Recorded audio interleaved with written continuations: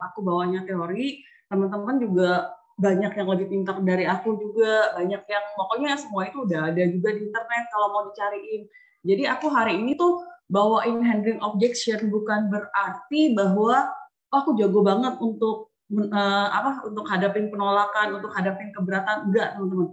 Justru karena aku lahirnya dari penolakan gitu loh. Aku lahirnya dari banyaknya penolakan yang udah aku hadapin, dan aku bisa sampai hari ini tuh karena aku bersahabat dengan penolakan. Tadi lihat ya video Paniko ya, kita tuh harus bersahabat dengan penolakan, bersahabat dengan ketakutan, bersahabat dengan apa ya, rasa nggak percaya dirinya kita. Itulah yang kita bersahabat dan akhirnya itu yang kita lawan gitu. Jadi hari ini yang aku mau ceritain tuh justru pengalaman-pengalaman yang udah aku rasain dalam setahunan lebih ini di AFC. Apa aja sih rata-rata yang orang nggak suka? Apa sih rata-rata keberatannya orang? Kenapa sih saya ditolak segala macam? Itu yang saya pelajari dan akhirnya saya evaluasi dan hari ini yang bisa saya bagikan itu adalah pengalaman-pengalaman saya. Kalau teman-teman nanti punya pengalaman berbeda atau masukan berbeda, nggak apa-apa kok, boleh di chat sama-sama ya teman-teman ya. Aku mulai aja ya teman-teman ya. Handling objection. An objection is not a rejection. Artinya maksudnya bahwa keberatan itu belum tentu adalah penolakan. Kadang-kadang sebenarnya keberatan itu adalah kesempatan kita untuk memberi informasi yang lebih lanjut lagi untuk orang-orang lain gitu loh.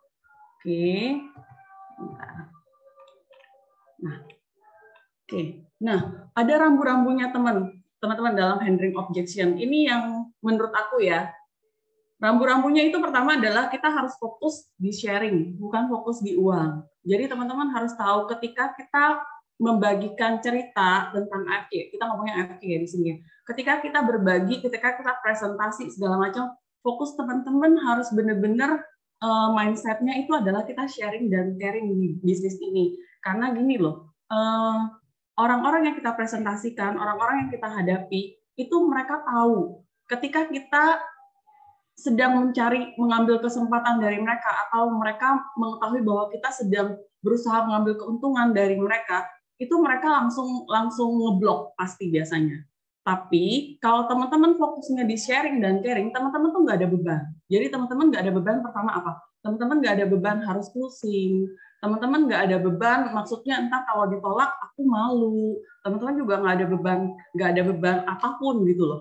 Karena benar-benar fokusnya di sharing. Tapi coba kalau teman-teman fokusnya di uang, teman-teman akan berpikir, kalau aku nggak closing, ini aku nggak dapat bonus nih besok. Oh, kalau aku nggak closing dia nih, ntar dia nggak mau temenan sama aku lagi nih. Dan ketika kita fokusnya uang, kita jadinya maksa.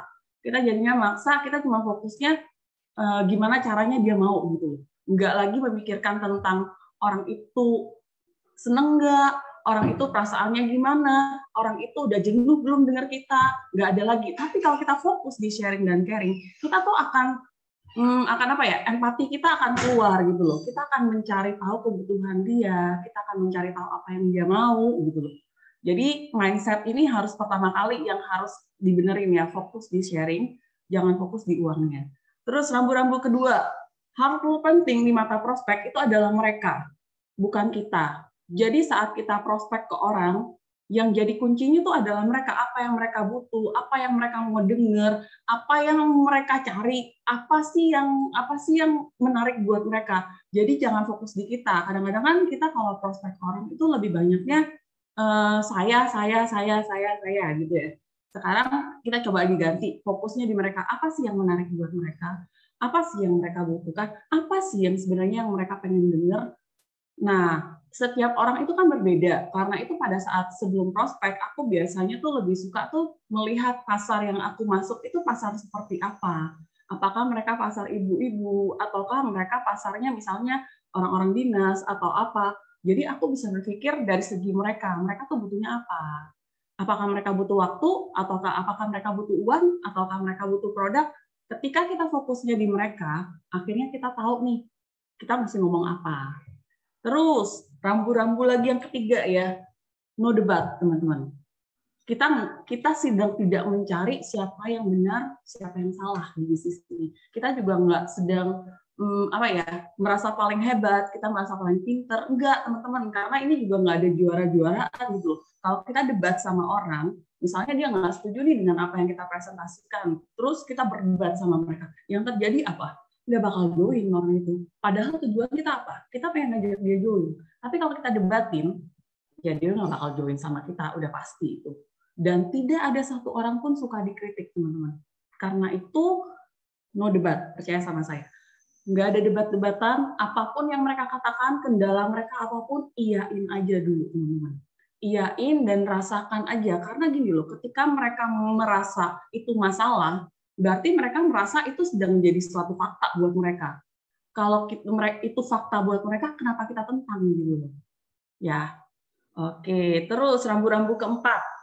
Sekali lagi, keberatan, objection itu bukan penolakan, teman-teman. Itu hanya tanda bahwa mereka membutuhkan lebih banyak lagi informasi lanjutan. Masalahnya, informasi lanjutan yang kita kasih itu sesuai dengan keberatan mereka. Kadang-kadang gini loh, keberatannya apa, kita kasihnya informasi apa. Nggak nyambung. Karena nggak nyambung, akhirnya mereka juga males dengerin kita. Kendala mereka apa, misalnya mereka ngomongnya soal produk, kita larinya kasih informasinya tentang bisnis yang nggak nyambung. Jadi kita harus dengerin keberatannya apa, dan cari apa yang mereka butuhkan untuk informasi lanjutan untuk ngatasin keberatan itu. Itu rambu-rambunya ya teman-teman ya. Terus, ini proses handling objection, itu pasti ada 4 tahapan ini teman-teman. Pertama, ketika kita menghadapi penolakan, bukan penolakan ya, kita menghadapi keberatan, yang harus kita lakukan adalah feel, felt, dan found. Ini maksudnya seperti ini. Ketika mereka menyatakan keberatan, pertama kali itu kita harus merasakan apa yang mereka rasakan. Oh iya, saya ngerasain yang sama kamu gitu loh. Felt itu artinya kita kasih tahu, saya juga pernah ngerasain itu, gini-gini kondisinya, apa-apa, segala macam, merasakan keadaan itu, baru kita found. Tapi setelah saya ketemu ini, jadi feel, felt, found. Ini semua prosesnya pasti seperti ini. Di semua kendala, teman-teman. Kalau teman-teman bisa praktekin feel, felt, found, pasti enak ngomongnya ntar. Tapi kalau teman-teman nggak lewatin proses ini, ketika dia objection, teman-teman nggak berada di sepatunya mereka, tapi teman-teman langsung, solusinya gini, sok pintar apa segala sama mereka, malah kita akan ditolak. Ya, jadi kuncinya feel, felt, found kalau di handling objection. Nah, terus nih siklus closing ya, aku kasih tahu teman-teman ya. Handling objection itu sebenarnya siklus kedua dari closing, teman-teman. Siklus closing itu pertama kita presentasi. Presentasi itu kita cari needs dan kita cari juga membangun ketakutan orang itu. Karena kadang-kadang gini loh, orang itu mungkin mereka punya ketakutan dalam hatinya, tapi mereka tuh nggak pernah divisualisasikan, nggak pernah dikeluarkan ketakutan itu, sehingga nggak kebayang sama mereka. Tapi kalau kita bisa kasih mereka bayangannya, oh gini loh, kamu kebayang nggak ya? Kalau seandainya kamu punya hambatan pembuluh darah, terus kamu biarin nih, karena kamu anggap nggak kenapa-kenapa nih, kamu kebayang nggak nanti kalau misalnya tiba-tiba terjadi serangan jantung, terus kamu tiba-tiba harus lumpuh dan harus berada di tempat tidur dalam jangka waktu lama, sementara kamu masih muda banget gitu loh. Memang sih kamu punya duit, tapi kebayang nggak punya duit, tapi semuanya harus diurusin, mandi diurusin, kamu BAB harus diurusin, diranjang. Jadi bangun ketakutan itu divisualisasikan buat mereka. Mereka sendiri tahu nggak bakal bisa jadi begitu kalau mereka biarin? Tahu, tapi karena nggak pernah ada orang yang menyatakan dan menggambarkan buat mereka, nggak kebangun ketakutan itu. Jadi presentasi itu sebenarnya cari needs-nya dan bangun ketakutannya, teman-teman. Bukan artinya menakut-nakuti ya, teman-teman ya. Cuman menyadarkan mereka resiko apa sih yang akan mereka hadapi gitu loh. Di depan divisualisasikan. Terus tahapan kedua dari siklus closing itu baru handling objection. Di handling objection ini tadi aku bilang feel, felt, found. Terus teknik kupas bawang. Teknik kupas bawang ini aku ngomong sedikit aja ya. Teknik kupas bawang ini maksudnya dia mengiris bawang tuh kan pasti nangis nih teman-teman ya. Jadi kalau misalnya ada keberatan dari seseorang itu sebenarnya harus kita kupas. Karena keberatannya itu biasanya masih dalam bentuk global, kita kupas pelan-pelan, kita iris pelan-pelan sampai ketemu nih permasalahan intinya tuh apa. baru kita bisa kasih solusinya, teman-teman. Karena kalau kita nggak ketemu nih, kenapa bener-bener, misalnya dia ngomong nggak punya duit itu kenapa gitu loh. Kita kan harus cari tahunya tuh bukan cuma sekedar nggak punya duit, atau sebenarnya dia punya duit tapi dia nggak mau keluarin buat ini, gitu kan. Jadi kita harus tahu, oh ternyata bukan masalahnya tuh, ternyata bukan nggak punya duit sebenarnya, masalahnya karena dia nggak percaya aja kalau taruh duit di sini duitnya bisa balik gitu loh. Dan itu harus kita pakai teknik kupas bawang supaya kita sampai ketemu nih intinya apa, keberatan intinya dia tuh apa. Nah, siklus coaching ketiga itu follow up. Follow up itu rata-rata 2 kali 24 jam ya teman-teman ya. Jangan terlalu lama dari ini, karena kadang-kadang kita udah presentasinya udah bagus, handling objection-nya udah bagus nih. Dia cuma mau mikir nih, tapi karena kita kasih dia kelamaan mikir, teman-teman, jadinya malah buyar yang tadi udah kita bangun di awal. Yang tadinya udah kita bangun ketakutannya, udah kita kasih lihat segala macam apa yang akan terjadi kalau dia nggak pakai atau nggak join gitu loh, itu udah buyar kalau kita lewat dari 2 kali 24 jam. Terus setelah follow up, yang penting juga apa? Relationship. Jadi hubungan yang baik itu adalah kunci kesuksesan, teman-teman. Kalau gini loh, kalau kita follow up-nya nyebelin, bentar-bentar sejam sekali kita WA-in, atau berapa kali bentar-bentar kita teleponin, ayo udah transfer belum, berapa belum, akhirnya hubungannya juga jadi nggak baik. Itu pasti tadinya dia mau pusing pun jadi nggak jadi pusing nantinya. Jadi teknik follow up itu juga harus benar-benar bagus gitu loh. Harus ada tarik ulurnya, harus harus tepat fungsi lah, tepat waktu. Dan siklus closing yang terakhir itu ada trust. Artinya seperti yang selalu dikatakan Pak Niko gitu loh. Kalau orang itu membeli itu bukan karena produk kita bagus, produk kita keren, atau karena marketing plan kita luar biasa, enggak. Orang itu mau join sama kita sebenarnya karena mereka percaya sama kita, teman-teman. Jadi mereka beli itu karena mereka tahu kalau aku beli sama kamu, aku join sama kamu, aku tahu aku nggak bakal rugi misalnya. Aku tahu bahwa kamu nggak mungkin nipu aku. Kayak gitu sih teman-teman. Jadi ini siklus costingnya. Ini secara garis besar aja supaya teman-teman tahu bahwa handling objection itu bukan the end-nya. Karena kamu sehebat-hebatnya handling objection, kalau kamu nggak lakukan follow up yang baik dan kamu tidak membangun hubungan yang baik dan tidak ada trust, itu tetap nggak closing. Ya, ini aku secara garis besar kasih tahunya ya. Jadi handling objection itu baru tahap kedua dari closing, teman-teman. Tapi setidaknya kalau kita bisa handling objection, kita udah separuh jalan lah kira-kira ya. Oke, nah ini aku bilang aku nggak akan bahas teori, teman-teman. Aku akan langsung ke objection yang biasanya kita hadapin deh selama di AFC. Kalau kata Kobudi Darwin kan ada 30 nih pertanyaan biasanya dalam MLM ya. Teman-teman tahu nggak kalau di bisnis lain itu kata Kobudi, aku selalu dengar Kobudi bilang, dia bilang kayak di IT tuh misalnya, dia lagi belajar satu program atau apa, baru selesai dia belajar, keluar lagi program yang lebih baru. Jadi itu nggak selesai tuh belajarnya kalau di bisnis lain, bener nggak? Kita lagi belajar misalnya kayak orang bisnis apa deh, misalnya boba lagi booming segala macam, kita lagi mendalami itu, entar keluar lagi apa yang baru. Itu kan nggak selesai. Sementara kalau di MLM, di business networking, yang perlu kita hadapi itu paling kata Kubu itu 30 pertanyaan, nggak pernah lebih dari itu. Jadi kalau kita bisa menjawab 30 pertanyaan, sebenarnya masalah kita selesai gitu loh. Artinya udah aman, kita udah khatam, udah maksudnya udah menguasai deh di bisnis ini. Kan enak teman-teman ya, kalau misalnya kita menguasai 30 pertanyaan, terus kita bisa jalanin bisnis ini, nggak pusing-pusing lagi, lebih enak di bisnis ini dong daripada kita harus bisnis yang terus harus update terus, bener nggak? Nah, tapi aku nggak jawab sampai 30 pertanyaan sih hari ini ya, karena sebenarnya dari 30 pertanyaan itu rata-rata asal teman-teman bisa lakukan teknik fill, fail, and found, itu pasti bisa jawab semuanya, teman-teman. Ini yang biasanya aja, yang biasanya rata-rata kita hadapi selama ini. Oke, yang pertama, saya nggak suka MLM. Benar nggak teman-teman? Ini yang paling sering kita temuin kalau kita lagi prospek orang. Aduh, saya nggak suka deh MLM deh. Aduh, saya nggak MLM banget deh. Saya benci banget sama MLM.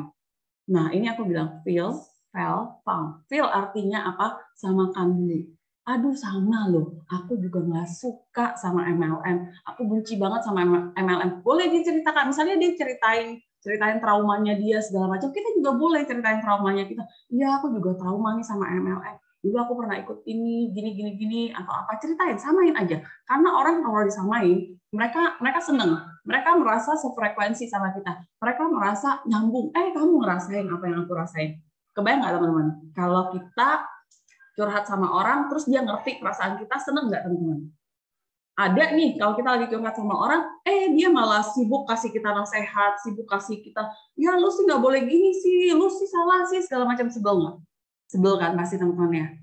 Tapi kalau kita curhat sama orang, terus dia bilang, aduh aku ngerti banget perasaan kamu loh, aku juga begitu dulunya, aku juga pernah digituin, sakit banget kayak gitu. Kita seneng nggak? Seneng, karena dia ngerasain, kita ngerasa, oh gila dia ngerasain nih apa yang aku rasain. Nah, itu feel. Ketika kita feel yang sama-sama dia, baru kita feel. Feel itu kita baru kasih tahu, rasanya seperti ini kan, rasanya nggak enak kan waktu kita join MLM, terus duit kita kayaknya hilang gitu aja, ditinggalin sama upline-nya, nggak ada yang ngajarin segala macam. Udah ya. Nah, setelah kita feel, baru kita paham. Tapi ternyata di AFQ itu beda loh. Di AFQ itu nggak kayak gitu loh. Kita kasih tahu kelebihan-kelebihannya AFC, kita kasih tahu, ternyata salah loh kalau kita berpikir MLM itu sama kayak money game yang dulu pernah nipu kita loh. Ternyata MLM itu beda sama money game. Ternyata MLM itu apa?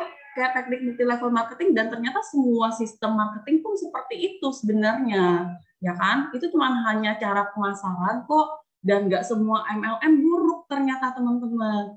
Nah, itu baru kita paham ya, kita kasih tahu dia ya. Nih, terus teman-teman juga bisa bilang sama dia, fakta-fakta yang ada. Keberatan itu harus kita balas, bukan berdebat, tapi kita kasih mereka fakta. Fakta misalnya yang harus dijawab sama dia dengan iya gitu loh. Dan dia harus menyetujui fakta yang kita kasih tahu nantinya. Nah, kayak kita bilang nih sekarang banyak loh perusahaan MLM yang dia perusahaan-perusahaan yang bukan MLM dulunya sekarang larinya ke MLM juga. Karena apa? Karena MLM ini ternyata teknik pemasaran yang sangat bagus. Ini memotong banyak jalur distribusi. Ini akan memotong banyak biaya ternyata, dan ternyata teknik pemasaran seperti ini tuh bisa bantu banyak orang banget gitu loh. Nah, jadi nggak ada yang salah sebenarnya dengan bisnis MLM. Kita kasih tahu, lihat aja perusahaan farmasi kayak Onimax tuh, kita kasih dia fakta nih. Akhirnya mereka garap bisnis MLM loh lewat akuisisi Indocare loh, kasih tahu mereka artikel-artikelnya, ada fakta-faktanya nih. Dan dia lihat, oh iya ya, ternyata banyak ya perusahaan-perusahaan sekarang yang mereka juga beralih ke sana. Jadi jangan ngomong fakta-fakta juga ya teman-teman, atau ngarang-ngarang, itu jangan banget. Ya, kita harus kasih tahu mereka fakta juga. Nih, sama juga kita bisa kasih tahu juga, tuh lihat tuh, ternyata bisnis multi level marketing yang tadinya kita pikir jelek, nipu atau apa, ternyata ini bantu banget loh untuk perekonomian Indonesia loh. Sampai para menteri pun ngakuin bahwa MLM itu bisa dongkrak ekonomi di tengah pandemi. Lihat nggak, ada berapa banyak orang yang hidupnya akhirnya terselamatkan di sini. Kasih mereka fakta lagi, kasih mereka artikel lagi, kayak gitu ya teman-teman ya. Feel, paham, bener ya. Terus apalagi nih biasanya objection-nya. Kalau ini, nah objection berikutnya yang rata-rata aku temuin, produknya mahal. Feel, paham lagi, produknya mahal. Oh iya, emang sama bener deh produknya mahal. Aku tuh sampai mikir, gila ini join di sini 3,4 bisa beli beras nih, berapa karung nih. Samain aja pokoknya. Mereka bilang mahal, jangan bilang, enggak nggak mahal, kamu aja nggak punya duit atau apa, diledek-ledekin gitu ya, jangan ya. Justru kita bilang, iya aku sama kamu. Mikirnya ini mahal juga, mikirnya bisa beli sekali, belum tentu bisa beli buat kedua kalinya. Tapi kok aku mikir-mikir gini ya, kayak papa aku kemarin disuruh dokter tuh pasang ring loh papa aku. Papa aku disuruh pasang ring tuh hampir 5 ring. Terus karena ini di Bangka, aku harus bawa papa aku ke Jakarta, musim pandemi lagi. Papa aku dalam kondisi stroke lagi, berarti aku ntar harus sewa pesawat atau apa. Aku kasih mereka, kebayang nggak, aku harus keluarin duit berapa banyak gitu loh. Aku mikir untuk pasang ring segala macam. Tapi ya, papa aku pakai ini, setelah dicek ternyata pengobatannya nggak ada lagi gitu papa aku. Akhirnya ternyata aku pikir, oh aku malah hemat banget. Jadi kayak gitu teman-teman.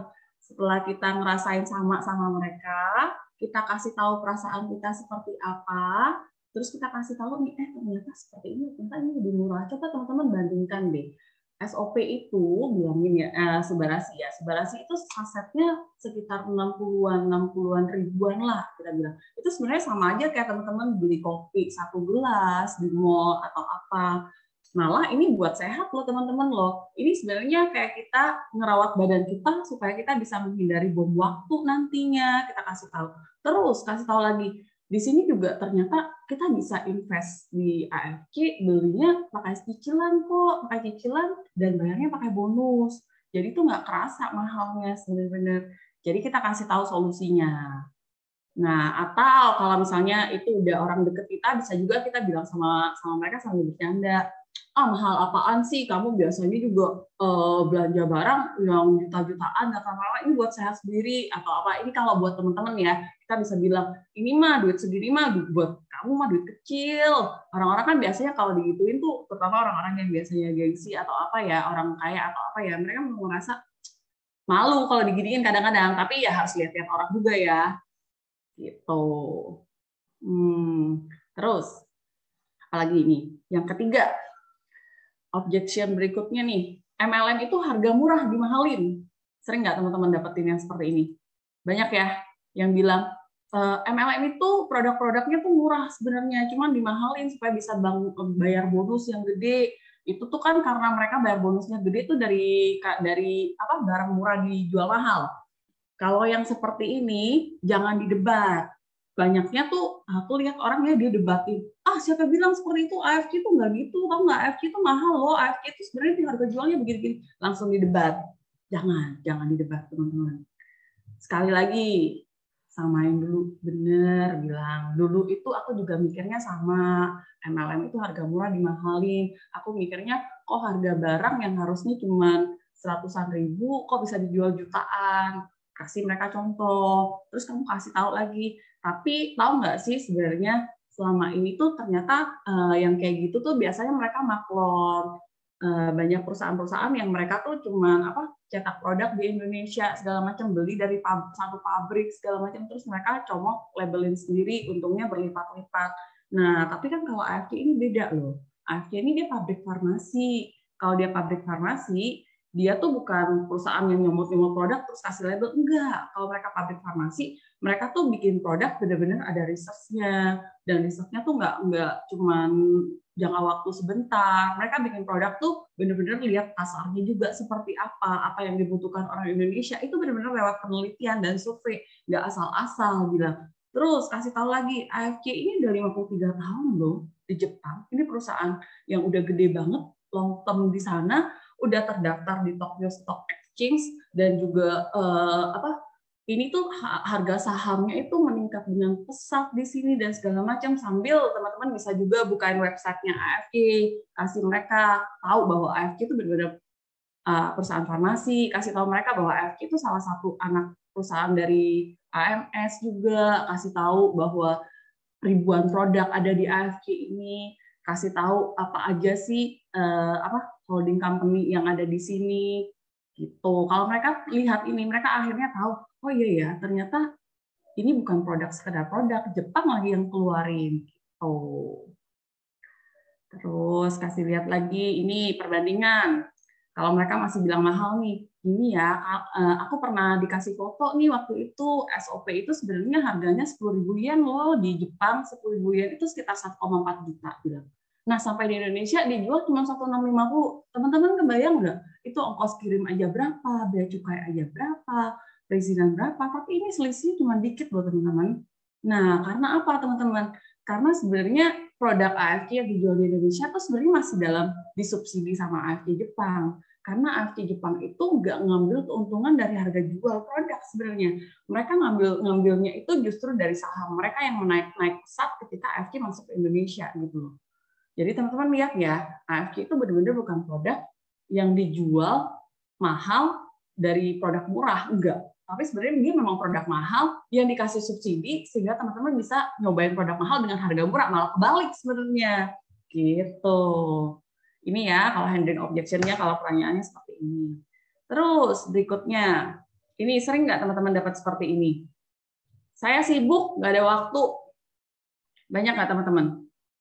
Banyak ya. Kalau saya sibuk gak ada waktu, sama feel, found. Samain dulu. Boleh juga bilang, puji dia, oh syukur banget ya, masih banyak bisnisnya, masih banyak kesibukan, orang lain sekarang lagi pada susah, ibu masih sibuk banget, lancar bisnisnya, aduh puji Tuhan banget deh. Tapi aku sih sedih loh, sekarang sih banyak orang kehilangan pekerjaan loh. Kalau aku lihat mereka itu sejak pandemi ini banyak yang gajinya tiba-tiba dipotong, banyak yang tiba-tiba di PHK dan segala macam. Dan mereka sering cerita sih, mereka nyesel banget. Kenapa ya waktu dulu mereka masih jaya-jayanya, ketika bisnis mereka masih lancar, ketika pekerjaan mereka masih lancar, kenapa mereka nggak bangun bisnis tambahan atau cari income tambahan? Nah, sebenarnya sih ya Bu ya, pada saat Ibu di AFC itu sebenarnya waktu di AFC itu justru nggak makan waktu loh Bu. Justru di sini itu sebenarnya kita bisa kerjain tanpa gangguin bisnis utama. Karena AFC ini bisa dikerjain di mana aja, kapan aja, sambil ngapain aja. Orang kerjaan kita tuh cuma cerita-cerita dan sharing kok Bu. Ibu kebayang nggak? Paling kita ngobrol-ngobrol di pasar, ketemu orang bisa ngobrol sebentar. Di sekolah pas jemput anak bisa ngobrol sebentar. Di WA pun kadang-kadang kita ngobrol sama temen bisa lama banget kan sambil kerja juga Bu. Sebenarnya bisa-bisa aja. Jadi apa ya? Bukan pikiran mereka gitu loh. Dari cerita orang kita nggak ke cerita mereka ya. Kalau cerita mereka kan ngerasa diguruin. Tapi kita buka cerita orang. Ya teman-teman aku itu kemarin mereka hebat banget. Mereka tuh sebenarnya levelnya manajer, tiba-tiba jadi pengurangan pegawai segala macam, mereka kena semua PHK segala macam. Tiba-tiba duit pesangon mereka juga nggak ada seberapa, nggak cukup buat bertahan lama, mau buka bisnis baru juga, merintisnya juga butuh waktu. Makanya mereka sih bilang sama aku, coba ya dulu pada saat mereka lagi enak-enaknya, kenapa mereka nggak bangun bisnis dulu. Nah dari situ kan dia sebenarnya kepikir juga, oh iya ya sebenarnya aku pas lagi lancar-lancar gini banyak kesibukan, harusnya aku harus siap-siap dulu ya, jangan sampai kejadian seperti itu. Padahal kita nggak mengarahkan mereka, kita cerita punya orang, tapi mereka ngerasain gitu loh. Itu yang aku bilang failnya ke sana, terus kita kasih tahu paham bahwa di AFC itu nggak ada waktu kerja 9 to 5, juga nggak ada, oh kamu harus di sini baru bisa kerja. Enggak, sebenarnya di AFC itu bahkan ya, di WC aja kita bisa kerja di AFC, benar nggak teman-teman? Ya kan di WC aja kadang-kadang itu masih balas WA atau segala macam. Itu aku bilang AFC itu sebenarnya enak banget. Aku selalu bilang sama tim-tim aku ya, aku bilang sama mereka gini deh, di AFC itu kebayang nggak kalian tuh kerjaannya tuh benar-benar cuma ngobrol. Nggak mungkin dong seharian waktu kalian itu nggak ada ngobrol sama orang sama sekali. Aku bilang, aku anggap deh satu orang kasih setengah jam deh. Seandainya aku minta kalian ketemu sama 5 orang aja sehari ini, itu sebenarnya cuma butuh waktu 2,5 jam doang kok. 2,5 jam itu aku yakin itu ada waktu orang nonton TV lah, atau waktu orang apalah. Jadi sebenarnya kalau dibilang nggak punya waktu, sebenarnya semua orang ada. Cuman gimana kita sadarin mereka sebenarnya mereka punya waktu gitu. Justru kita bilang sama mereka, kebayang nggak sih gitu loh, kalau sekarang kamu nggak punya waktu karena kerjaan kamu menyedot semua waktu kamu, hidup kamu ntar tiba-tiba habis buat kerja aja dong. Ntar habis ini tiba-tiba udah tua aja, ternyata kamu udah melewatkan banyak hal di hidup kamu. Kamu pengen nggak sih bisa bebas pergi jalan-jalan, nggak kayak di penjara di toko. Soalnya aku sering nih, teman-teman aku yang di Bangka kan banyak tuh punya toko. Aku bilang sama mereka, aku sadarin mereka, tapi aku nggak langsung ngomong merekanya ya. Aku bilang sama mereka, aku tuh dulu ngerasa waktu buka toko ya, aku tuh ngerasa kayak bikin penjara sendiri gitu loh. Karena apa? Gini loh, kalau punya toko, aku harus bangun, tungguin. Memang sih ada pegawai, cuman kok kayaknya nggak percaya, takut barang hilang, takut apa. Akhirnya kalau mau jalan-jalan mikir, kalau mau apa-apa mikir. Akhirnya aku ngerasa bangun tidur, buka toko, sampai tutup toko, abis itu tidur, nggak bisa ngapa-ngapain lagi. Aku bilang, mau keluar kemana-mana mikirnya selalu, aduh ntar tokonya ntar hilang lah barangnya, inilah kok akhirnya aku kayak di penjara ya. Aku bilang sama mereka, dan mereka akhirnya kepikiran juga kan, oh iya ya bener ya. Nah ini untuk yang saya sibuk gak ada waktu ya. Terus nih kasih lihat juga mereka fakta-faktanya. Tahu nggak di tim aku tuh ternyata banyak orang sibuk loh. Ada fotografer, ada desainer, ada selebgram, ada dokter, ada pilot. Mereka tuh orang-orang sibuk semua. Kasih lihat bahwa mereka tuh member-membernya kita. Supaya prospek kita lihat, oh iya ya, mereka nih sibuknya gila-gilaan malah. Tapi kok mereka mereka mau jalanin bisnis ini. Kalau mereka yang sibuk aja bisa, masa kita nggak bisa juga di berumah tangga atau yang masih belum sesibuk mereka lah gitu. Terus yang kelima, saya nggak punya temen. Kalau saya nggak punya temen, sekali lagi kita bilang lagi, oh nggak punya teman, iya aku juga nih sejak married tuh, aduh teman aku udah banyak yang nggak ada deh. Kalau dulu kuliah masih banyak teman nongkrong, teman apa, tapi sejak married nih teman-temannya cuma emak-emak sekolah. Sama, aku juga mikir di WA aku juga orang-orangnya itu-itu aja yang diajak ngobrol. Aku juga bingung waktu awal tuh mau nawarin siapa, tapi aku mikir lagi, justru karena aku nggak punya temen nih aku harus masuk di sini, karena di sini tuh justru aku akhirnya bisa kenal orang banyak. Dari sini tuh misalnya dari temen aku yang punya banyak temen, tiba-tiba aku jadi punya banyak temen, bener nggak? Terus aku kasih tahu mereka, di sini ini aku bilang ya, kayak aku ibu rumah tangga nih di Pangkal Pinang, di kota kecil. Aku tuh teman-temannya bener-bener teman-teman mami-mami dari anak-anak aku, mami-mami teman-teman sekolah anak-anak aku lah teman-temannya ya. Jadi aku dulu juga mikir, aku nawarin ke siapa ya? Memang aku punya bisnis online, memang aku punya market di luar Pangkal Pinang segala macam ya. Tapi aku tuh mikir, kalau misalnya aku nawarinnya cuma terbatas ke situ, kan mereka juga punya teman lagi. Kan nggak semua orang sama seperti aku yang temennya sedikit atau temennya cuma itu, enggak. Akhirnya aku lihat malah di sini ya, aku bisa ketemu sama banyak orang, kayak aku bisa ketemu sama wali kota, aku ketemu sama banyak kepala dinas di sini, tiba-tiba teman aku banyak orang DPR di sini, orang-orang banyak nih, entah karyawan dari mana sampai ya di bisnis ini justru aku bisa punya teman sampai di Papua, di Kalimantan, di Palangkaraya, di Solo, di Surabaya. Tiba-tiba aku punya teman banyak banget. Dan tiba-tiba aku punya teman yang kayak keluarga semuanya udah kayak kenal yang enak banget. Kebayang nggak teman-teman? Jadi dari yang nggak punya teman, di sini tiba-tiba punya teman di mana-mana dari seluruh kota, bahkan di luar negeri pun aku punya teman. Jadi mau kemana-mana tuh udah ada temennya aja deh di situ. Enak kan teman-teman? Nah, itu kalau yang jawab saya nggak punya teman, teman-teman tinggal bukain. Justru karena nggak punya teman, kamu harus masuk di sini. Karena dari sini kamu bisa kenal banyak orang. Oh, ya. Terus berikutnya, yang sering lagi, AFK udah banyak yang join. Nggak ikut AFK semua orang aja udah join AFK, mau nawarin siapa lagi? Bener nggak? Sering banget kan yang jawab seperti ini, teman-teman? Nah, kalau yang jawab seperti ini tuh aku biasanya tuh bukain pikirannya seperti ini. Aku bilang sama dia, orang sakit itu kayaknya tambah banyak loh semakin hari loh. Rumah sakit juga nggak pernah sepi, nggak pernah kosong. Terus aku bilang sama mereka, setahu aku sih di AFK itu sekarang itu baru ada 900.000 member. Sementara Indonesia itu ada 270-an juta jiwa. Ya. Terus kalau mereka pada bilang udah banyak yang join ya, kayak aku di Bangka aja tuh ya. Tadinya kan aku nggak pernah tawarin di Bangka justru. Aku tuh tawarin tuh selalu online, aku tawarin tuh justru orang Jakarta, orang luar segala macam yang orang-orang yang beli online sama aku makanan segala macam itu yang aku tawarin. Malah Bangka itu nggak pernah aku sentuh dulunya. Tapi sekarang ketika aku dapat beberapa orang Bangka dan mereka punya jaringan besar, aku mulai sama mereka nih garap kota-kota di Bangka. Ternyata mereka nggak tahu semua AFK. Ternyata orang-orang di kota-kota di Bangka yang kecil-kecil itu gak ada yang tahu AFK, bener-bener gak ada yang tahu AFK. Dan ketika aku kasih tahu tentang AFK itu ya, mereka tuh sampai, ada produk seperti ini gitu loh, ada produk yang sedahsyat ini dan segala macam.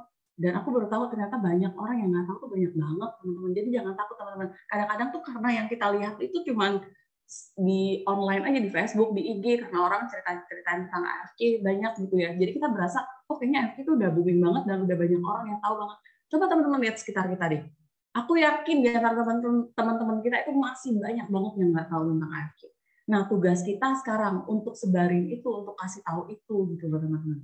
Percaya sama aku, banyak banget. Jadi kalau bilang AFK masih banyak yang join, percaya sama saya, itu masih banyak yang belum tahu. Asal teman-teman mau cerita terus aja. Oke. Nah, terus yang ketujuh, saya nggak bisa ngomong. Ini sih yang paling sering kalau aku di Bangka ya, saya nggak bisa ngomong. Kalau nggak bisa ngomong, bercandain dulu. Kalau misalnya teman dekat ya bilang, oh ini ngomong. kamu selama ini cerita-cerita sama aku ngapain kalau bukan ngomong dong, ya kan? Nah, kalau itu bukan teman dekat, jangan diginiin, tapi dia marah. Kalau yang enggak apa, kalau bukan teman dekat kita ngomongnya gini, aduh kamu tahu nggak sih aku tuh introvert sama kayak kamu, aku mana berani sih lihat mata orang, dari dulu juga kalau misalnya aku ketemu orang, aku tuh nggak pernah berani lihat orang, ngomong sama mereka tuh mana berani lihat mata, nulis ceritanya pakai nulis segala macam, jadi samain sama mereka, aku tuh nggak bisa ngomong kayak kamu lihat dong. Kamu kenal dong dulu aku seperti apa, kamu kan tahu teman-temannya aku seperti apa, mereka kan kenal aku seperti apa. Tapi bilang sama mereka, di sini tuh ternyata nggak diminta jadi tukang ngomong juga gitu loh, karena di sini tuh kita kerjanya kerja tim. Coba kebayang nggak kalau kita punya bisnis sendiri nih, nggak bisa ngomong, sementara kita harus nawarin orang, kita tuh ngandalin diri kita sendiri. Tapi kalau di sini bilang, karena kita punya tim, kalau kita nggak bisa ngomong nih, kita tinggal undang teman-teman kita yang deket-deket kita, ajak sama-sama minta tolong apply, minta tolong tim kita buat ngomong. Nah, setelah kita dengerin mereka ngomong lama-lama nih, tiap hari ikut nih, tiap hari teman kita yang ngomong, lama-lama nggak mungkin kita nggak bisa ngomong juga, teman-teman. Kita nggak bisa ngomong itu karena nggak terbiasa buat ngomong aja. Tapi coba kalau kita udah kumpul sama orang-orang yang hobi ngomong, kita dengerin mereka setiap hari ngomongnya itu juga, itu terus, masa kita juga nggak bisa ngomong? Pasti bisa, teman-teman. Karena semua orang itu mulainya juga dari nggak bisa. Semua orang bisa itu pasti mulainya dari orang nggak bisa. Tapi orang nggak bisa yang mau belajar. Dan aku lihat kamu bisa, aku lihat kamu punya potensi bagus, aku lihat kamu mirip kok sama aku, samain aja. Jadi kamu lihat kalau aku yang akhirnya yang selalu bisa, oh kamu pasti lebih hebat lagi dari aku, gitu. Angkat dia, kasih tahu dia kelebihannya apa yang nggak dia sadari. Ya, karena kadang-kadang orang-orang itu nggak bisa lihat kelebihan dia sendiri, teman-teman. Orang-orang itu sibuk orang-orang itu kebanyakan ya fokus pada kekurangan mereka daripada kelebihan mereka. Jadi kitalah yang harus buka kelebihan mereka. Oh, kamu tuh punya banyak teman loh, keluarga kamu keluarga besar loh. Kamu punya teman di sini. Kalau kamu bisa ngomong, aku bisa temenin loh. Kasih mereka keyakinan bahwa di sini tuh mereka nggak bakal ditinggalin sendirian. Di sini tuh kita kerjanya benar-benar bareng-bareng. Oh ya. Next. MLM itu cuma nguntungin yang atas-atas aja. Banyak juga ya jawaban seperti ini ya. Kasih tahu, iya benar. Aku juga dulu sering begitu tuh, masuk MLM, beli barangnya, mereka dapat bonus, aku nggak diapa-apain. Nggak ada yang nemuin, nggak ada yang apa, segala macam. Nah, tapi, kok di sini tuh beda ya bilangnya. Kalau di sini tau nggak, Busido pertama kita aja itu udah bukan orang pertama loh, dia udah member ke berapa puluh ribu gitu loh. Baru dia naik jadi Busido. Terus kasih tahu bahwa di AFC itu fair. Karena apa? Kalau di AFC itu yang dapat bonus ya yang kerja. Kalau yang nggak kerja ya nggak mungkin dapat bonus gitu loh. AFC itu benar-benar kayak kita beli franchise. Kita beli franchise, kalau franchise-nya didiemin, franchise-nya nggak dibuka, nggak dikerjain, ya nggak dapat duit. Tapi kalau franchise-nya kita buka, kita tawarin orang mau, baru kita dapat duit, fair dong, kita bilang ya. Fair banget lah kalau di AFC, nggak untungin kok di atas. Karena gini, aku kasih tahu, aku punya nih member, dia join, tapi dia nggak jalan, terus bawahnya jalan ternyata penghasilan bawahnya lebih gede dari penghasilan dia, karena dia nggak jalan sama sekali, dia cuma dapat dari pairing, tapi ketika pairingnya habis, dia nggak dapat apa-apa lagi, malah bawahnya udah rankingnya lebih tinggi dari dia, penghasilannya lebih besar dari dia. Kasih buktinya, bukain beberapa yang contoh buat dia lihat bahwa oh iya ya ternyata di AFC itu fair. Tuh, harus kasih dia bukti. Oke. Nah, terus aku agak cepet ya biar kita bisa tanya jawab juga. Berikutnya, MLM biasanya nggak bertahan lama. Kalau ini ketakutan aku, ini sama. Inilah objection-nya aku dulu pada saat mau masuk. Aku selalu berpikir, aku males jalanin kayak networking gini, karena gini loh. Aku udah ngerasain berapa kali aku di MLM, kayaknya cuma 2-3 tahun udah susah-susah bangun jaringan, akhirnya menghilang, entah marketing plan-nya diubah tiba-tiba, pokoknya mundur teratur dan seperti itulah. Nah, aku biasanya waktu itu aku dijawab sama Pak Kobudi, akhirnya aku pertanyaan ini ya. Tapi akhirnya aku udah dapat jawabannya. Aku kasih tahu mereka, semua bisnis pun sebenarnya banyak yang nggak bertahan lama. Berdasarkan statistik nih ya, 10 bisnis yang dibangun pada tahun ini, setelah 5 tahun biasanya tinggal setengahnya. Nanti setelah 10 tahun yang bertahan tuh cuma satu. Jadi ini tuh bukan berlaku cuma di MLM sebenarnya. Di semua bisnis apapun, selalu ada yang seperti ini. Dan yang bertahan itu pasti yang terbaik.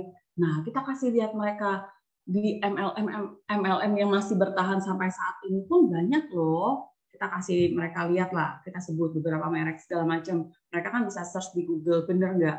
Nah, masalahnya tuh kita kasih tahu banyak MLM yang tumbang atau MLM yang nggak bertahan lama karena mereka fokusnya itu mungkin money game atau itu MLM yang memang fokusnya cuma untuk keuntungan, produk murah yang dijual mahal tadi segala macam. Tapi kan kalau AFK ini beda.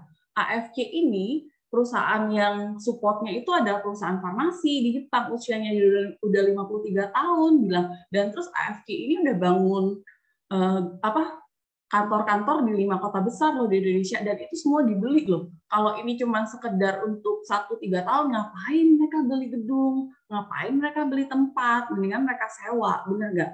Terus kasih lihat lagi, AFK itu sendiri tuh udah bikin laboratorium khusus buat Indonesia yang harganya MM-an gitu loh. Jadi AFK benar-benar serius untuk garap market Indonesia. Belum lagi sekarang kita udah mulai buka untuk market di Malaysia, di USA dan segala macam. Itu keseriusan kita, dan kasih lihat mereka lagi bahwa produk-produknya kita itu selalu di-upgrade sesuai dengan kebutuhan, sesuai dengan perkembangan. Jadi produk kita yang namanya produk Jepang itu nggak pernah stuck seperti itu aja, karena Jepang itu selalu membuat produk yang selalu lebih baik lagi, lebih baik lagi, lebih baik lagi. Kayak gini, lihat aja. SOP itu di bulan Agustus 2020 itu sedang mencapai angka penjualan tertinggi. Kalau di bisnis konvensional, biasanya mana ada sih perusahaan yang mau gantiin produk yang lagi booming-boomingnya ke produk baru, nggak ada. Tapi lihat, AFK malah gantiin SOP 100, di-upgrade jadi Subarasi pada saat penjualan SOP 100 lagi meledak-meledaknya. Itu bukti bahwa AFK itu selalu ikutin perubahan, sehingga orang-orang yang mau ngejar AFK atau mau menjiplak AFK itu pasti kesulitan. Nggak mungkin bisa ngejar kita gitu loh. Karena kita punya paten, karena kita punya apa, jadi kasih tahu kelebihan-kelebihan kita apa. Kenapa kita bisa long term. Ya, teman-teman ya. Oke, next. Ini juga, ini masalah paling sering juga nih. Nggak punya modal. Nggak punya modal, file-nya tahu nggak gimana? File-nya itu kasih tahu, oh iya, sama, bener sih, aku juga ada nih member yang dia nggak punya modal buat join di sini, dia buat makan aja susah gitu loh, penghasilan dia aja nggak cukup sama sekali, tapi aku kasih tahu dia, kalau seandainya dia nggak join di sini, dia tetap melakukan hal yang sama, bukankah selamanya dia akan seperti itu juga gitu loh. Selamanya dia nggak akan pernah berani mulai bisnis, selamanya juga dia nggak akan pernah punya duit, bener nggak? Justru karena dia nggak punya duit sekarang, justru karena itu kamu harus berubah. Dan mumpung bisnis ini nggak butuh modal yang besar, tapi kamu benar-benar bisa merubah nasib di sini, kenapa enggak? Dan terbukti loh sekarang dia yang tadinya itu join di sini aja tuh mesti jual cincin kawinnya atau apa segala macam, sekarang dia bisa dapat loh duit sekitar 50 juta per bulan atau apa. Kasih lagi contoh, kasih lagi satpam yang join di sini bisa punya penghasilan besar, kasih tukang sayur yang bisa dapat income di sini, kasih sopir taksi yang bisa dapat income di sini. Bukain mata mereka bahwa ini bukan bisnis buat orang kaya, dan di sini kita nggak jual produk sebenarnya. Yang kita jual itu bisnis, dan yang namanya bisnis itu nggak ada yang dimulai dari 3,4 juta. Teman-teman cari di bisnis apa yang bisa dimulai dari 3,4 juta sekarang. Nggak ada, teman-teman. Bisnis itu nggak cukup 3,4 juta, tapi di sini tuh 3,4 juta tuh teman-teman udah punya bisnis, dan bisnisnya bukan dengan perusahaan abal-abal, dengan perusahaan farmasi besar dari Jepang. Yang harusnya kalau teman-teman jalur normal nih, mau jadi mitra mereka, itu pasti harganya MM-an, 20M ke atas. Nah, dari 20M ke atas, teman-teman sekarang ditawarin jadi mitranya, hanya mulai dari 3,4. Itu murah banget loh, teman-teman. Bener ya?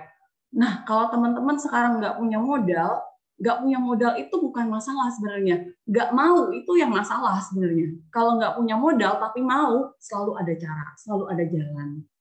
Gitu. Nah, baru kasih mereka solusi. Tapi kasih mereka solusi pun bukan kita yang harus jelasin, kamu jual motor nih, kamu jual ini, jangan pernah seperti itu teman-teman. Biarkan mereka berpikir sendiri gimana caranya mereka join. Yang penting kita bukakan pikiran mereka bahwa nggak punya modal itu bukan masalah di sini.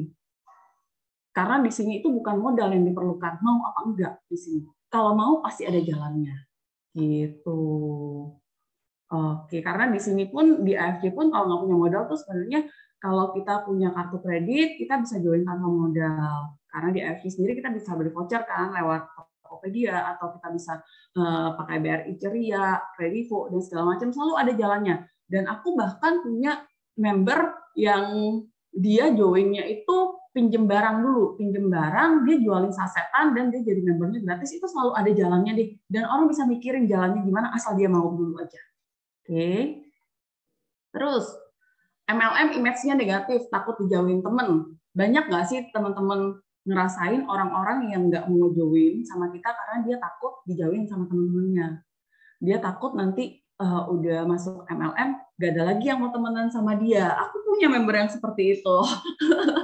Dia takut nih, dia bilang, aduh ntar kalau MLM nih, ntar teman-teman aku pasti pada nggak mau angkat telepon aku lagi, pada nggak mau temenan sama aku lagi, segala macam, udah negatif thinking seperti itu semuanya. Terus aku bilang, kadang-kadang kita tuh terlalu overthinking, aku bilang, karena gini loh, image-nya MLM memang negatif, tapi image-nya kita kan nggak negatif, teman-teman. Bener nggak? Jadi tergantung cara kita. Gimana kita bawanya, gimana kita bikinnya, itu kan tergantung kita. MLM adalah MLM, dan kita nggak jual MLM-nya. Yang kita jual itu kita. Jadi image kitanya yang mau kita bentuk seperti apa.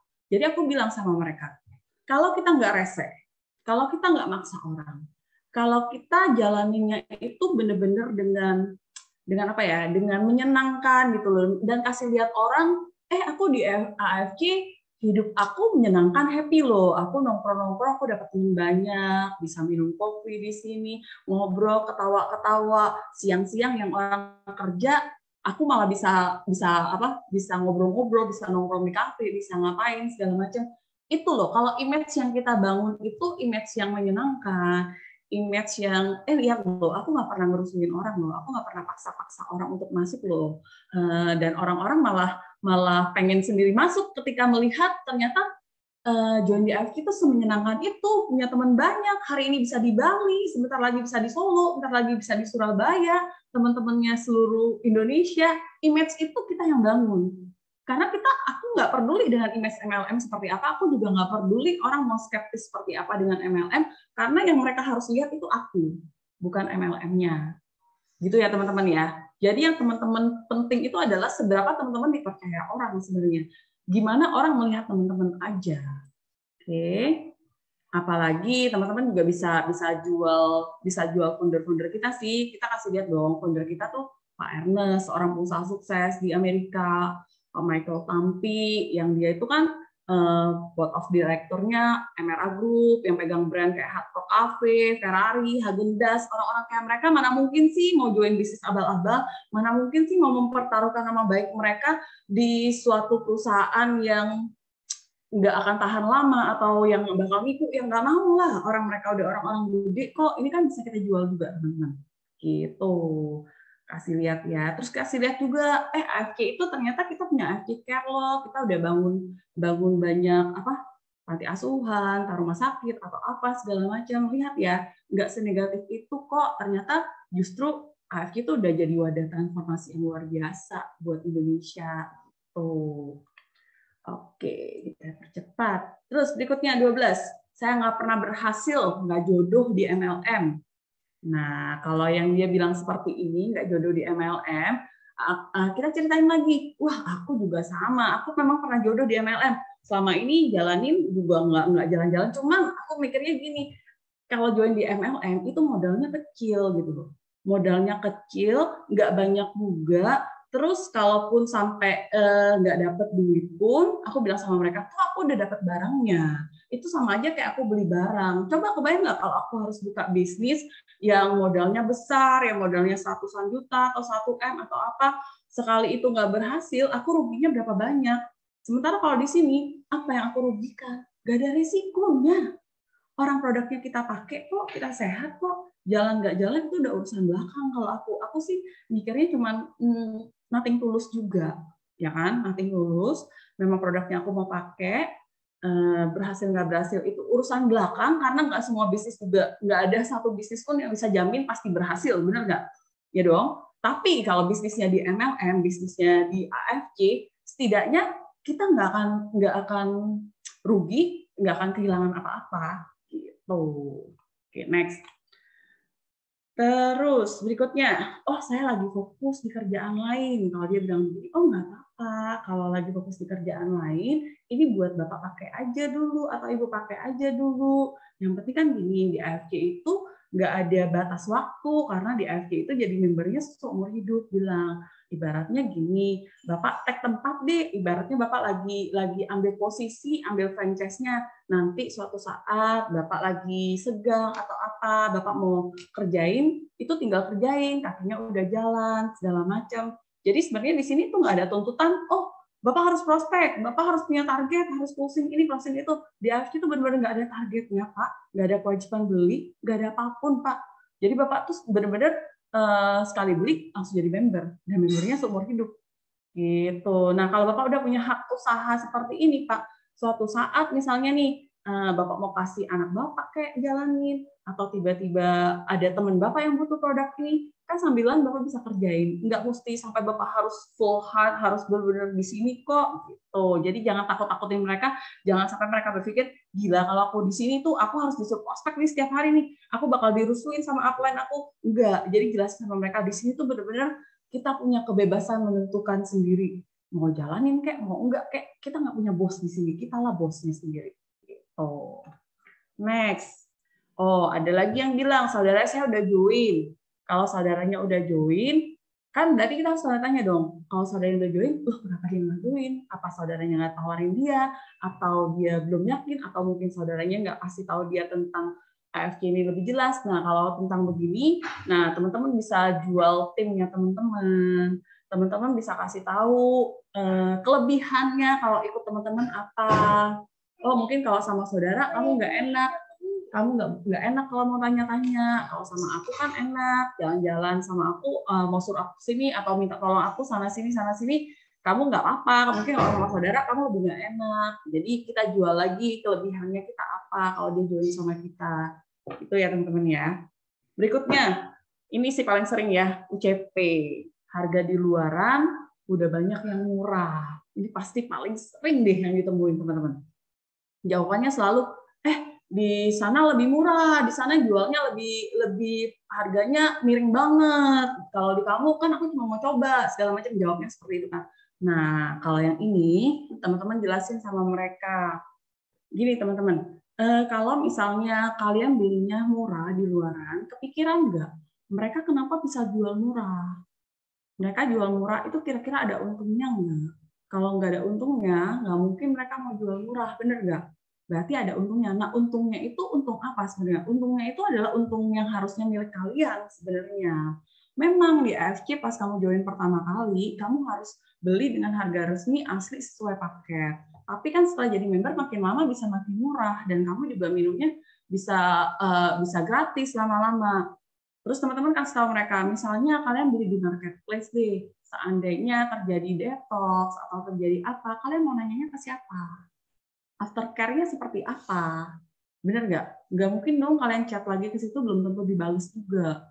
Itu kalau terjadi proses detox. Atau misalnya pada saat kalian bagus, pakainya enak nih, ngerasain enak pakainya, terus ngerasain tubuhnya sehat segala macam. Ketika kalian rekomendasiin ke orang lain, dan mereka juga belinya di marketplace, teman-teman dapat apa? Nggak dapat apa-apa juga. Teman-teman cuma dapat thank you doang. Benar nggak teman-teman? Sementara kalau teman-teman jadi member dengan harga normal, mungkin teman-teman bayar lebih mahal, 200-300 ribu lebih mahal. Tapi tahu nggak apa aja yang bakal teman-teman dapetin di sini? Pertama, teman-teman bisa dapat support sistemnya dari AFC. Di sini ada banyak dokter yang bisa teman-teman tanyain kalau misalnya jadi proses detox atau apa yang teman-teman rasakan. Kita punya medical representatifnya. Terus lagi di sini, seandainya teman-teman cocok nih, teman-teman kenalin ke orang lain segala macam, itu pun teman-teman dapat bonus, bilang iseng-iseng bisa dapat bonus, benar nggak teman-teman? Dan di sini seandainya teman-teman benar-benar jalanin, ada bonus jalan-jalan, bonus-bonus tahunan, bonus bulanan yang luar biasa gede. Kenapa enggak? Kenapa enggak coba jalanin? Bedanya cuma ratusan ribu, tapi teman-teman kehilangan banyak gitu loh. Kalau teman-teman nggak jadi member di sini. Kok jadi member di sini juga nggak ada tuntutan apapun kok teman-teman. Bener nggak? Dan kita jalannya sama-sama. Jadi kita kasih tahu. Dan di AFC sendiri itu sebenarnya ini adalah perusahaan MLM yang sangat ketat dengan UCP, teman-teman. Kasih lihat mereka orang-orang yang disuspend, kasih mereka lihat orang-orang yang ada cutting itu bahwa ada pasal-pasalnya yang bisa dituntut seberapa, dan AFC itu benar-benar ketat soal ini bilang sama mereka, karena itu AFC akan bertahan lama karena AFC komitmennya benar-benar jaga UCP segala macam seperti itu tuh benar-benar diberantas semua, walaupun memang kita nggak mungkin bisa berantas total ya, karena setiap hari selalu ada member baru dan selalu ada oknum-oknum baru yang mereka lihat kalau yang namanya produk booming, produk yang laku banget, selalu ada orang-orang nakal, bener nggak teman-teman? Jadi yang kayak gini tuh teman-teman bisa kasih mereka tahu bahwa kalau kamu jadi member ada support sistemnya. Di sini kamu udah bisa dapat pelatihan gratis. Pelatihan itu kalau kita mau ikut dari coach yang berapa segala macam ya, aku pernah tanya ya, itu pelatihan kayak public speaking lah, kayak konten lah atau apalah, itu jutaan loh teman-teman. Tapi di AFC kita sering dapatnya gratis, bener nggak? NDO gini juga gratis. Ada juga kadang-kadang AFC undang-undang ya pembicara handal segala macam juga kita dapatnya gratis semua. Aku aja belajar dari Pak Niko, Pak Mike, Pak Ernest, segala macam. Mereka tuh orang-orang hebat yang sebenarnya aku tuh nggak mungkin bisa menyentuh mereka kalau aku nggak di AFC, benar nggak? Nggak mungkin aku bisa belajar dari seorang Pak Mike kalau aku bukan membernya AFC. Kebayang nggak kalau kamu membernya AFC, kamu tuh bisa belajar dari Pak Mike, yang dia tuh seorang di MRA Group tuh yang di level-level direkturnya. Benar nggak teman-teman? Kebayang nggak? Coba kamu beli di marketplace, bisa nggak kalian kenal orang hebat-hebat seperti itu? Nggak akan bisa, teman-teman. Gitu. Oke, nah kasih mereka juga perhitungan. Jadi mereka tahu nih kalau kamu belinya di marketplace, kamu dapatnya berapa. Kalau kamu belinya di sini, kira-kira kamu dapatnya berapa. Dihitung-hitung. Kalau teman-teman bukain hitungan sama mereka, mereka akan kebayang, oh iya ya gila ya, ternyata kalau aku benar-benar jadi member, ternyata malah jauh lebih murah dan ternyata lama-lama malah bisa dapat gratis gitu. Oke. Aku sampai di sini dulu tentang handling objection. Nah, ada pertanyaan nggak dari teman-teman sementara ini? Aku stop sharing dulu ya. Oke. Kecepatan nggak teman-teman? Sorry nih kayak ngomong sendiri kecepatan ntar. Halo? Angga? Yes, Ci. Aman. Di situ sih handling objection-nya Angga. Oke. Ini udah ada beberapa yang bertanya sih. Coba saya bacain ya. Ini bonus ya teman-teman, karena biasanya kalau training kan jarang ada pertanyaan, cuman ini karena kebaikan dari Ciriana. Nih Ci, ada yang tanya Ci, dari kayaknya sih kalau dilihat dari namanya Doraemon Sport juga ya. Mau tanya Ciriana, teman-teman saya udah mulai menghakimi saya pemain MLM. Jadi apapun itu, selain bahas kerjaan, pasti selalu respon kalau saya kontak. Malah kadang-kadang nggak direspon, baik online ataupun kalau saya mau ngajak offline, ngajakin ketemuan. Kira-kira kalau dari Ciriana, ada solusi nggak sih buat yang kayak begitu? Karena banyak sih, Ci, menurut saya juga.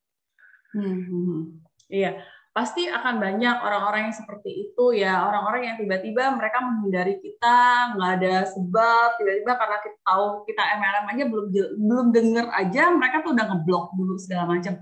Kalau aku sih lewatin aja. Aku ngerasa maksudnya masih banyak orang lain yang butuh gitu loh. Aku tuh ngerasa gini loh, kalau aku ya, aku tuh sharing sama orang itu nggak lagi memikirkan dia siapa gitu loh.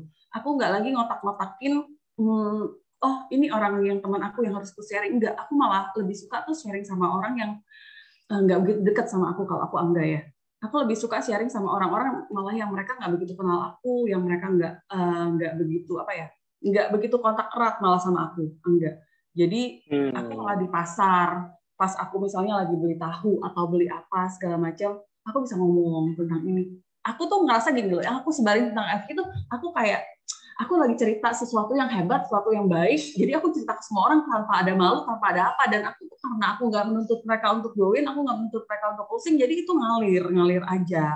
Jadi teman-teman tuh jangan takut, maksudnya entah orang jauhin, entah apa, justru kita harus buktiin sama mereka, lihat ya, aku nggak rese, aku juga nggak ngejar-ngejar kalian nggak mau ya udah nggak apa-apa, tapi aku buktiin. Aku tuh dulu awalnya gini, pas join itu Angga ya, aku tuh nggak pernah menjual yang sengaja bilang Subarasi adalah Utsukushi adalah. Aku pertama kali tuh malah posting Subarasi sama Utsukushi, aku foto, aku cuma kasih tahu bagus nggak sih produk ini, menurut teman-teman aku pengen beli ini buat papaku.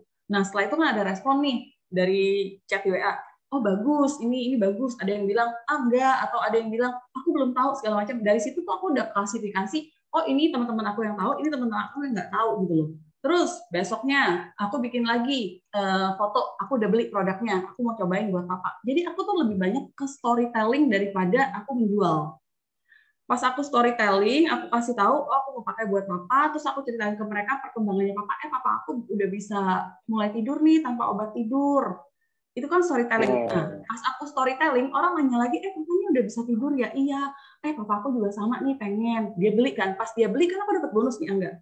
Bonus itu pun yang aku upload lagi, aku storytelling lagi. Gila ya, ini lumayan juga ya di AFK ini ya, cita-cita dapat duit. Nah, orang kan nanya lagi, enggak? Loh, kok bisa dapat duit gitu loh? Ceritain lagi, closing lagi kan? Closing, besoknya upload lagi, dapat duit lagi. Kan orang mulai bertanya, kok jadi dapat duit setiap hari? Jadi nggak ada menjual aku, Angga, awalnya. Aku benar-benar storytelling. Nah, pas storytelling, akhirnya baru aku ingat, oh temen aku yang di sini nih, kayaknya orang tuanya ada apa. Dulu sih memang jualnya tuh ke orang-orang sakit awalnya ya, enggak ya. Tapi aku cerita sama mereka. Jadi semua tuh benar-benar cerita karena aku pengen mereka tahu ada produk bagus, bukan menjual. Karena itu akhirnya enak, hubungannya enak, segala macamnya enak. Aku juga nggak akan diblok orang karena aku nggak menjual gitu, Angga. Gitu. Oke, mantap. Udah baik. Oke, aku pengen tahu thanks Riana. Keterangan yang Ibu sampaikan bisa dikurang. Teman-teman, mohon maaf sekali sebelumnya. Hari ini acaranya tidak direkam. Jadi, kalau yang memang ketinggalan, ya ditunggu sesi berikutnya. Nanti kita minta tolong Ciriana untuk sharing lagi aja. Gitu lah. Karena emang acara training nggak ada yang direkam, teman-teman. Semuanya sekali lewat aja. Oke. Saya mau tanya kalau ada saya ini atau reaksi teman-teman sekolah gue ya udah baik. Oke, ini juga ada yang tanya, Ci, kalau misalkan ada yang ngomong, katanya di MLM ini, kalau misalkan kalau kita rekrut orang dapat bonus, enggak, ya udah baik, udah kita zong aja gitu. Tanggapan Cici gimana? Apakah di AFC ini nggak ada? Maksudnya ada orang-orang skeptis mungkin ya, maksudnya yang kayak pemikirannya belum terlalu terbuka untuk MLM, bilangnya iya kita cari orang, kalau misalnya kita dapat orang kita dapat bonus, tapi kalau misalkan kita nggak dapat bonus, udah bye aja gitu, udah kita stop aja, kita zong di situ aja, nggak kemana-mana. Kira-kira gimana tanggapan Ciriana? Emang di AFC nggak ada bisnis atau apa gitu, investasi ya sih?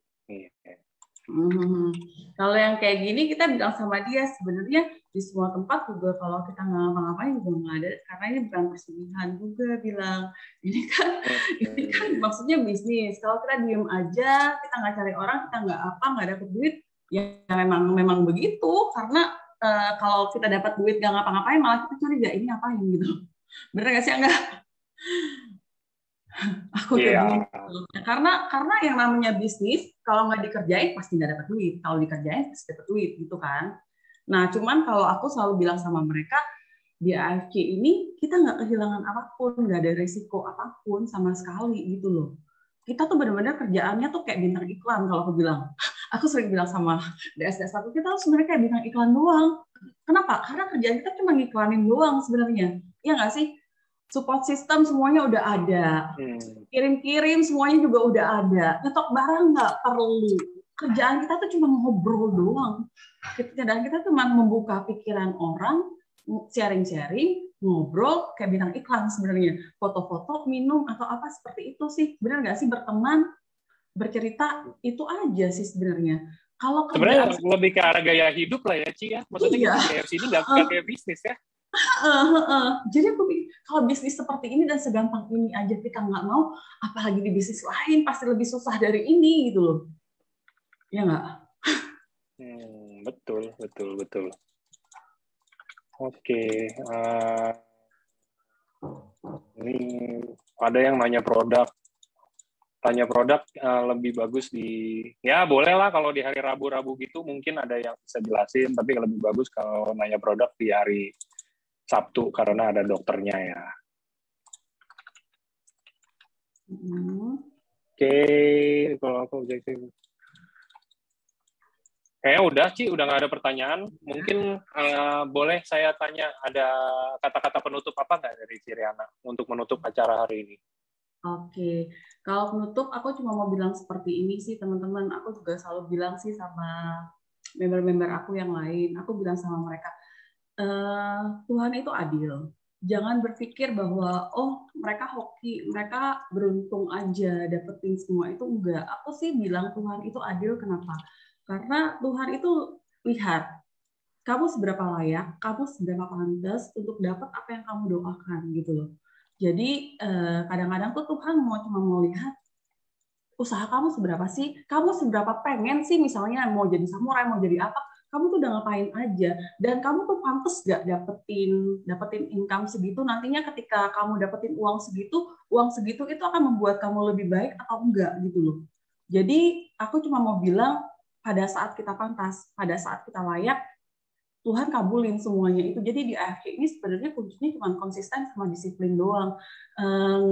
Karena gini loh, di AFC ini aku selalu ibaratkan kayak kita tuh mau ke harta karun, terus petanya tuh udah ada, dikasih petanya, jalannya tuh jelas, nggak ada jebakan apapun, dan terus kita ditemenin pergi ke harta karun itu. Jadi di AFC itu semua orang pasti sampai ke harta karunnya. Hanya dia konsisten nggak, dia mau jalani dengan benar nggak, dia nyimpang nggak dari peta yang dikasih gitu loh. Kalau dia mau ikutin jalannya benar-benar, kita pasti sampai di sana. Dan itu tuh yang Tuhan lihat, kamu seberapa setia dengan perkara itu gitu loh. Kalau kamu benar, kamu kerjakan apa yang kamu doakan dengan benar, saat kamu pantas semuanya dicukupkan, pasti dapat kalau di RC. Itu sih yang aku mau bilang. Kita pasti sampai di tujuannya asal kita konsisten, disiplin, nggak nyerah aja kalau di RC. Gitu. Itu sih enggak. Oke, Ci, kalau gitu. Thank you buat waktunya hari ini. Thank you juga buat teman-teman mungkin yang sudah hari ini mempersiapkan waktu. Sekian acaranya kali ya. Ini sorry banget tadi saya lagi di jalan.